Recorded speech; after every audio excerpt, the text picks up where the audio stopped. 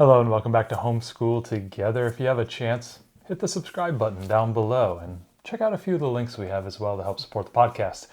We were in Peru and Colombia. This is our first journey, our first trekking the globe adventure. Yeah. So we started off like we want to kick off every week with a dinner and a movie. Yeah. Erin, So what did we cook? so we thought that we would like dive right into food each week because that's really our first love. Yes. And it's such a great expression of culture. For us, it helps bring in so much. So we decided to make homemade arepas, arepas con queso, and then we made beef empanadas. And the beef empanadas are from the Cooking Class Global Feast cookbook that we'll put a link in the show notes. We forgot to show that during the spines video, I realized. I think we're bringing it in next week. Yeah, we'll have to show it to y'all. Yeah. It's the book that's called out in Build Your Libraries. Yeah. And it's a pretty good book. There's some recipes in there that aren't so grand, but this one I remember was a pretty good beef empanada recipe. Now, it does say in the recipe, you should use some pre-made empanada dough. I don't know about you, but I could not find pre-made empanada dough, so we did make our own, and I'll put a recipe link in here. So if you decide you want to do that, you can use their recipe for the meat filling. Yeah, just don't have to make your dough. The empanadas were great, and you cooked them, and then we reheated them the next day in our little toaster oven, right? And they worked great. They were great. The arepas were wonderful. Now, I couldn't find the arepa masa, that exact kind, so I just got the regular masa from the store. It was still delicious. Maybe it wasn't as silky smooth as it would have been if we'd had exactly the right masa, but I still think very good. So I'll post the arepa recipe. The 5-year-old making arepas was kind of an exercise of Play-Doh meets, food cooking. It was wonderful. But it was delicious. Yes. So I'll include the recipe for that too. So we made those, and then we watched Encanto. Encanto hadn't come out yet when we did this the first time, so we didn't get a chance to do that. And Encanto is it's such a wonderful movie. It's so great. And we kind of debate the magical powers of Mirabelle. You think she doesn't have one, and I'm trying to explain that the house is her magical power, and she's the new abuela. It was a colorful debate, as colorful as the movie, but we love that movie. However you feel about what her magic power is, put in the comments. What do you think Mirabelle's magical power? I think she's the heart of the family and the new abuela. I think her magical power. As abuela moves on, she's going to be the new abuela. What do y'all think? The house is her magical powers. Anyway, I don't think it was the casita. Anyway, so that's how we started. It was a great way to start. We got our hands in the kitchen. We made a huge mess. We had a wonderful feast, watched this great movie. And I think it really set the stage correctly for us to then dive into the great books that we covered. First one would be kind of a mild chapter book, kind of a children's book, chapter book kind of combo. It's almost more like a graphic novel. Juana and Lucas. So it's a colorful little girl from Bogota, Colombia, and she's found out that she does not like learning the English. And I do not like learning the English anyways. When am I ever going to England? It is what it is. She has a young little dog named Lucas. She has a wonderful cast of characters that are trying to convince her that learning the English is good. And then she gets to go to Spaceland to meet Astro Man in Central Florida. So it was a nice little time because we just came back from Orlando, really cool. And she's going essentially to Disney World, Epcot-y type of thing. And it was really fun, cute. It's very funny, very humorous. They have these intermixed, kind of short chapters where she's describing the people that she, let live with her, and they're very fun and playful. I like this book a lot. My little one really enjoyed this, and even my older was like, "Oh yeah, keep going, Dad. I like Juana." Yeah, so, this is a really good one. I think there's a whole series of these. Well, there's two to my knowledge. The second one is called Juana and Lucas' Big Problemas. Oh. So. So definitely look that up. This is the Build Your Library book that they used for their curriculum, and we already had it, and it's a great book. So this was great for Colombia. And I guess, should we say why we chose Colombia and Peru together? So we broke up South America into the areas that, I just realized we didn't tell them that. So we broke up South America into the areas that we really enjoyed studying last time. And we kind of tried to group them by things that we felt like, we didn't want to put another country with Brazil, for example, because there's just so much content there. We wanted to just do that by itself. But we may do Ecuador, the Galapagos, and Chile together. Maybe we just tried to do things that seemed like they were similar in sizing, I guess is the right way to say it. And we really enjoyed Colombia last time, and we enjoyed Peru. So even though they're not right next to each other, we still felt like the amount of content we had for each of them, that they could work nicely. They could work nicely together. So that's why we chose the combo, I guess. Absolutely. Next chapter books, we've recommended this already. The Greetings from Somewhere, The Mystery Across the Secret Bridge. Right. So this is, I think, which number is this? Oh, this is number 7 in the series. Well, we own the whole series. So we read the first one. The really important thing about this, as we talked about in the first week, is that you read the very first book to set up the story. And then after that, you don't have to read in order. I think there's like one... except the very last book in Greece. You got to read that at the end. But otherwise, the other 9 books or whatever, 8 books in the middle, you don't have to read in order. This one does have like one chapter where it's like, they've been to India and they did this, and they went to China and they did this. And I just skipped that chapter or that paragraph and just got to the next one. And my daughter was none the wiser. Essentially all standalones. They can be standalones. So this was really cool because they go over this rope bridge. It's, it's a mystery of the week kind of book. And they're solving a little mystery. And so... they go over this rope bridge, and there was this great video that you had in our resource guides. If you haven't checked those out, please do. They're amazing. And it was how every year they rebuild this rope bridge, the same one in the book. The 2 towns come together and cut down the old bridge that spans this like river, this gorge, and then they carefully rebuild it. And it takes a whole day. It's like a festival type of thing. And they use traditional Incan methods of building this rope bridge. So it was really cool because we were able to read this, and then we watched this it was a great big story video, I think, about them rebuilding this bridge. And it paired so perfectly together. So this was a really fun one, and this was the main chapter book that we read to our little one. So our older daughter, this was the one for our 5-year-old. Our older daughter, who's 8.5, she listened to Addison Cook and the Treasure of the Incas on audiobook, which was a bit long. I want to say it was around a 7-hour audiobook. So, it's a bit beefier. We'd intended for her to read the Boxcar Children adventure book, which is the Kipu and the Final Key, but we couldn't get the audiobook to come in time. So that one's only like 2.5, 3 hours. Yeah, those Boxcar Children ones are about 2 to 3 hours. It's really short. So my recommendation would probably be to do the Boxcar Children book because I think that our daughter loved the first one, and that is set in Peru. So that would be perfect for this. But we couldn't get it. And this Addison Cook book was longer, but our daughter also loved it. It was all about archaeology. It was an action adventure type book, and, again, taking place in Peru. So this is the younger, and then the older did the audiobooks. Next one we have is the Where Is series. We have a lot of these. We've recommended these across the Ancients and Our First Around the World, and just a lot of times. They're wonderful books. This is Where Is Machu Picchu. So I picked out certain little chapters of this and read this to my kids along the way through the week, just kind of like talking about Machu Picchu, and go into one of our recommendations. One of the movie recommendations on Disney Plus is it has a long... I think it's The Secret of Machu Picchu. The Secret of Machu Picchu. It's on the Nat Geo section under Disney Plus. We'll link it in the show notes below. Great little documentary, 45 minutes long, talking about discovering the city up in the mountains. A lot of the architecture around it, that was really cool. I enjoyed that. A lot of the care and the thought that went into it. Just seeing the genius of kind of these ancient cities is amazing to watch. So pairing that documentary with this book, if you have a child who's really interested in that, this would be a great one to do. I kind of nibbled on this. Didn't have the time because we were reading all the extra little books, but I pulled a few chapters out of here. So I think this was a good one. Really good. Now, we want to showcase one of the kind of like the light spines. This is where we are. No. This is how we do it. This is how we do it. Yeah, no. I have a funny story about ordering the wrong thing from thrift books the first time around with this. So this is kids in 7 different countries. And they are listed on the back there. Right. So they have Japan, Peru, Iran, Russia, India, Italy, and Uganda. So we just pick this up whenever it has to do with the country that we're going to study. It's almost always available too, right? Yeah, we haven't had a problem getting it because we only keep it for so long. So this really shows like different families, schools. Where they live, how they eat, where they go to school, how they travel, all the various things. And it's pretty much on every page they have the detail of what that is. So we just read the one for that country and just kind of do that. And then we return it back so somebody else can use it. And again, it's centered on children, which is really helpful. Yeah. So if you have the child like me or children like me, you don't have to get this one, but we've always really enjoyed having this from the library. So I think that anytime else that you can make the kid connections, they have a series of books called Follow Me Around, and there's a bunch of countries too. And those are also about a kid's day and their family and stuff.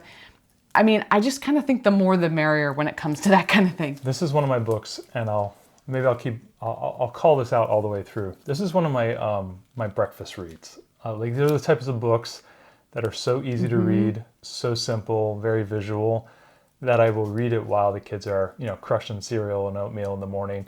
And I'll be able to show it, and I'll read it, and I'll go to each page and then ask some questions and whatnot. Super easy to do, and you kind of doing two birds with one stone, saving a little bit of time. I like this as like a breakfast read. Well, so really this and The Children Like Me both, I think, are like discussion type books, right? You're not books that you just read through because you're like, well, this is what it's like in their family. This is the kind of food that they eat, and then we talk about it. Yeah, you're asking about this. So in the Peru one, they showcased a couple kids who kind of lived in the Amazon. So living situations and poverty levels were a little higher. So it's good discussion questions. You can go as deep or as shallow as you'd like. Yeah. Yep. So this is a good one whenever it's the appropriate book to come up. And then we have so many books, guys. Next one, Biblo Burrow. So this was fun. This is about a guy who brings books to children in remote communities on the back of a burrow. Very lucky. This was the Vox edition. So this is a built-in audio reader for the book. So I actually read this to my youngest, and we read it cover to cover. And then she was, the whole time you could kind of see her like, okay, this story's good, but what's that thing? And so eventually I turned it over to her, and then she was able to flip through the pages, turn it. It has like a magical chime that tells you when to turn the page and everything. But it's a really, really cool story about a young man who has all these books, and he travels across the desert. I mean, no, not the desert, but the rainforest, grasslands, and whatnot, and brings books to poor children who live in in the outskirts of the area. So it's really, really fun and cute. Kind of led us to our. Let's see if I can pull it up. He read Three Little Pigs to the girls, and one of the activity books that was called out in the art and activities book was to make a face mask. In this case, it was to make a gold mask because it was talking all about the ruins in was this one for Peru? Oh, Colombia, and how they mined gold. So you were supposed to make a golden face mask. I knew we had to make a mask. So that was our plan. He made masks for the Three Little Pigs, and so we went ahead and did the exact same thing and made our own little masks. Oink, oink. Paper plates. So anyway, so this is, I guess, an example of, we had intended to do this art activity here, but the kids were just, the moment we said make masks, they were all about pigs. Pigs. Okay, now you're creeping me out. So just go with it. I mean, it's fine. We had a really good time. It was fun. It was a great way to connect to the book and bring the book back multiple times. Yeah. So these type of Vox books, definitely look and see if your library has, not just this one, but any books. It's great because, like you said, you can read it once and then they can listen to it as many times as they want. Audio quality was really good. The chimes, she knew exactly what to do. I just had to explain it once, and then so she was starting to follow along. Yeah. Super easy to do, and it was like self-driving at that point. We were talking about biomes. If you see the wrap-up video at the beginning where we were talking about what we want to do, we're introducing the science as instead of the animal studies, we were doing the biome study. And so this week we had a kind of a pick of the litter. We could have picked a lot of different things, and we chose the alpine tundra, which is more of like a rare biome because we're going to get rainforests multiple times. We're going to get grasslands multiple times. We're going to get deserts multiple times. So we thought, well, we have Peru, we have the Andes stretching into Colombia as well. Talk about tundra, but specifically the alpine tundra. So when we grabbed these books, our intention was not to read them cover to cover, because there's going to be times when we're going to be talking about other tundras, and we'll probably grab these again. So what we would do is flip through these books. This one I think was the best, talking about alpine tundra. This is about habitats, tundras. This one did a decent job at talking about alpine tundra and brought in some nice pictures as well. This one was more regular tundra. So this is Tour the Tundra from Biome Explorers, and this one, Tundra Ecosystems. Ecosystems of the World. So we would kind of flip through these until we found things that had to do with alpine tundra specifically, and then read those parts. That way we can save the rest of the book for other times. So I think this was really good. It was a great opportunity to talk about what you said. It's going to be a little bit more rare. We might only do one other country that's going to be alpine tundra. Yeah, maybe like in Nepal or Mongolia, or probably Nepal if we go to Nepal. Right, yeah. So we're not going to talk about it as often. So this was kind of fun. So we read some books. This specific image launched into our... Oh yeah, because they talked about water, the melting of the snow and then making these pools of water. Launched into... And then these guys did a big project. We did a big art project where we made... You can see me. We made the mountains. This is basically a $1 box I got at Walmart, and we hacked it apart. Or if you have an Amazon box waiting for you, you could use that as well. You had just collapsed them all. I just white tornadoed it all. It was awful. And we basically did what was it? Aluminum, tinfoil, aluminum foil for the mountains. Painted it white. I had the demarcation zone. So one child had to paint one half, and the other child had to paint one half, and neither would their paints cross. We did. These are either bushes or rocks, however you imagine them, with moss and whatnot. And we had some lakes, so the melted lake. We did some wildflowers. Yeah, we did some wildflowers and everything as well. So it was kind of a fun little project. It took about an hour to do, and the little one was moving at lightning speed. The older one was going she was taking great care to make it perfect. And it was really cool. I came home from work and it was like, oh, we have this whole thing, and the kids were so excited to tell me about this project. So really easy, kind of specifically that large diorama. Yep, the image in the book was really what drove it home. So we could show the multiple layers of the grasslands, the flowers, the rocks or trees, the ponds, shrubs. The ponds that magically appear when everything melts, and then obviously the mountains with the snow. So it was a nice way to connect all the ideas that occurred in the books. And so I think if we get the opportunity the next time we study alpine tundra, we'll try and see. Here in Washington State, we have a few areas of alpine tundra. We are one of the rare places that has it. So I think we'll try to actually maybe take a field trip the next time we study it, or at least before we are done studying this entirely. But I think this is a great fun project to get some good learning. A little bit of hot glue and some simple materials. We bought a little sponge from the store.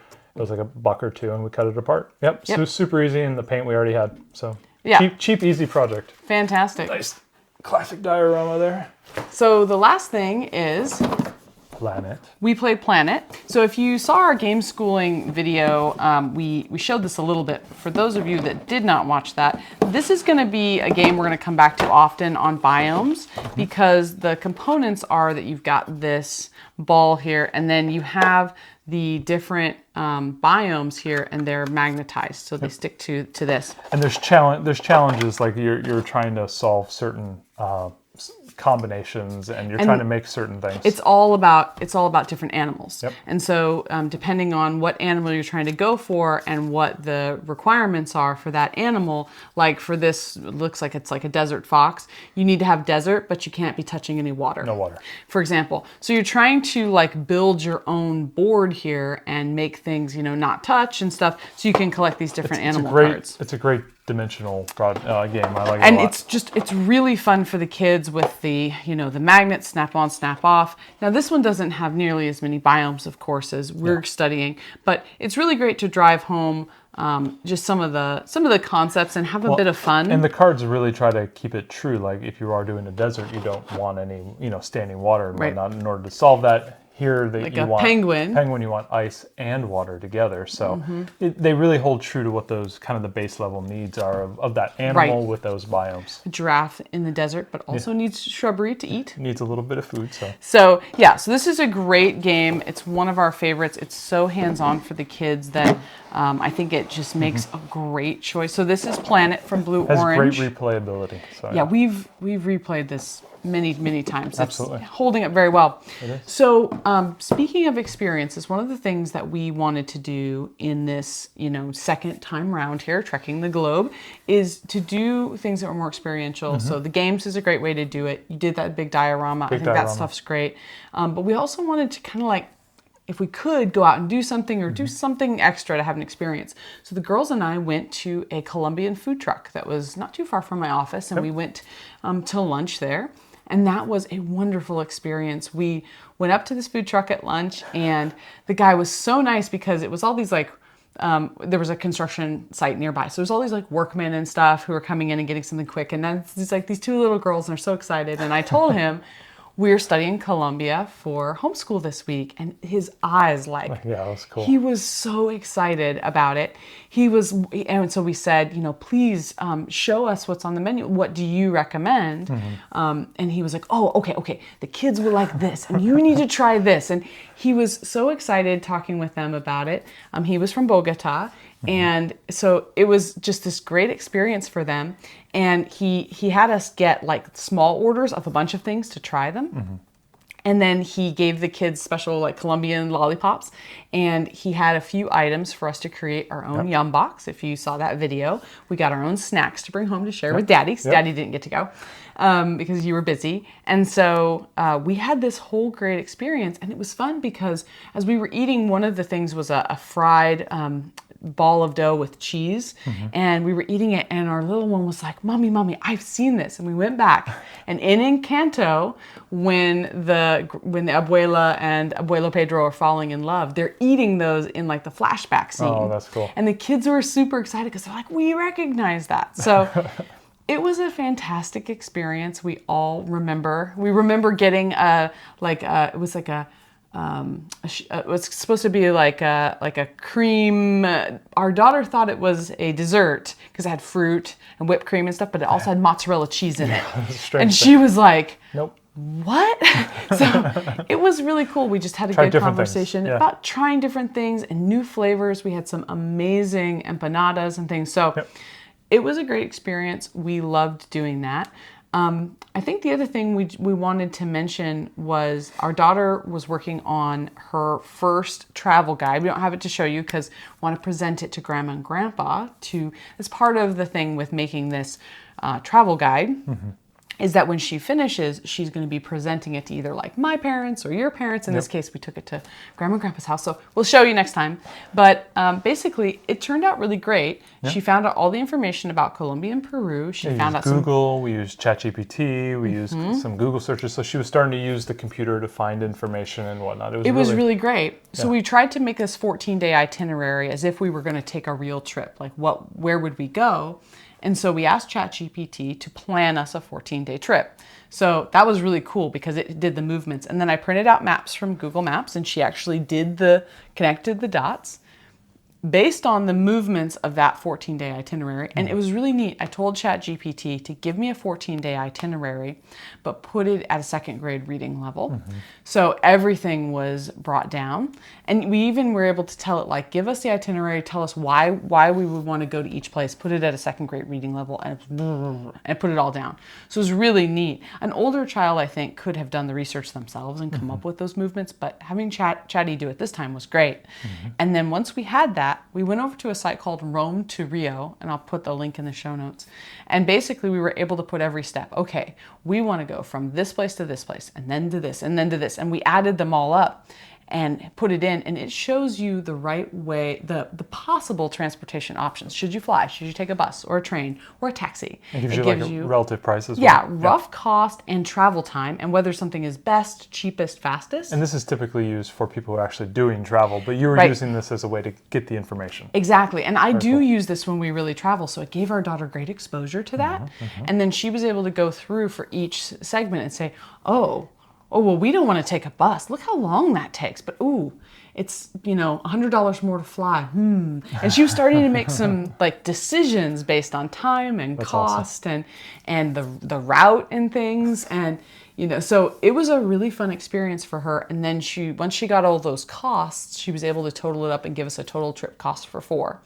And she did drawings in it. Awesome. And it was a really fun project. She asked Google what the top 5 foods were that she would want to try in these 2 countries, and it gave her that information. So it was a really fun little project. And she learned a lot. And like you said, she learned about using the computer and being a little bit more independent with we got the sites up for her. We helped guide her in this one. I hope maybe by the end of this whole journey that we will see her choosing to go to the websites, maybe typing things in herself, maybe helping cultivate that active ability on the computer, knowing how to open Chrome, know how to get to open AI and ChatGPT, how to get to Rome to Rio, how to ask certain questions and whatnot. And I think that would be my goal, would be to see her being able to do that by herself by the end. But you were helping her a lot, but I think that was needed here because just getting it off the ground. Right. This was her first time, Yeah. but it was really fun. And she was like, oh, we're going to go see this, and then we're going to go here. She was so excited about like sharing this project with us, because I told her, like, this is how we plan real trips. This is how we figure out where people figure out where they're really going to go. And, you know, but I think she was spending about 10, 15, 20 minutes a day on this. I mean, all week. It was a more substantial project, more substantial than I thought it was. And we didn't see her burn out on it yet. Maybe we may have to choose maybe different tact here and well, right, stuff and like we put like 14 days. She's excited about it Right, now, and I told her, like, some trips don't have to be 14 days, right? Maybe you'll do less time or less movements or whatever, depending on how many countries or where you want to focus. Or just because we did Colombia and Peru, maybe you want to mostly stay in Peru and just a little bit of, like, you can make decisions. I was like, you're the travel agent. She was like, ooh, I'm the travel agent. So she was very excited about that. So I think our first foray into that new project went really well. That's awesome. So I think between adding the upper level book and doing that project, and then her just getting more of an understanding about the biomes, I think elevated that level of it. Yeah, I think it was a good week for both of them, being able to bring them along. As the first week, it was also nice getting kind of my sea legs, understanding of, okay, I'm back into this, I'm going around the world. I think it was a good first week. We spent a little bit longer than a week. It was kind of bridging some travel that you had as well. But it was a good experience. I think it was really fun. I was really keen on, my older one's cool with anything. But I was really keen on watching the younger one. I think she enjoyed it. It was new for her, so she was a little reserved here and there. But a couple books she really latched onto. The Biblo Burrow and the Juana and Lucas book were, I think, the thing that really drew her through the week. The art projects she loves, so she was loving that. Paints, yes, please. So she was really good. Next week, we're getting on the airplane, Indiana Jones style, and we're going, we're flying to North Africa. We're going to do, there's a lot of countries in North Africa, really cool. We're going to be focusing on Morocco and Egypt, For the most part. Opposite halves of North Africa, and we're going to be focusing on the desert biome. But we're leaving someone behind. It's the older kid. She's going to camp. We're just going to be taking a little one along. So we're not stopping, because the little one is going to be there. She can stare at me and look at the cruise as a cruise director and say, "What are we doing, Daddy?" We're going to North Africa. Yeah, I'm actually really looking forward to it. We have some fun plans for food and things. So, our daughter's only going to day camp. So she'll be home for the food and the movies and things like that. I think the vast majority of what we'll be doing, I think we'll bring her along on the biomes. I'll try to gear the biomes to be in the afternoon when she's home, or in the evening, and maybe on the weekends. But for the main amount of reading, it's going to be youth focused, but maybe we'll give you some ideas in the next video on what you could do if you're a little bit older. We'll pull out some books, give you some ideas and recommendations, but it's going to be just me and the little lady. We're really excited. I think this was a great first week. Like you said, we got our sea legs back. We're really energized, and I'm loving the biomes. I think it's absolutely terrific. So stick with us. We're heading to North Africa, and we'll be back. See you guys.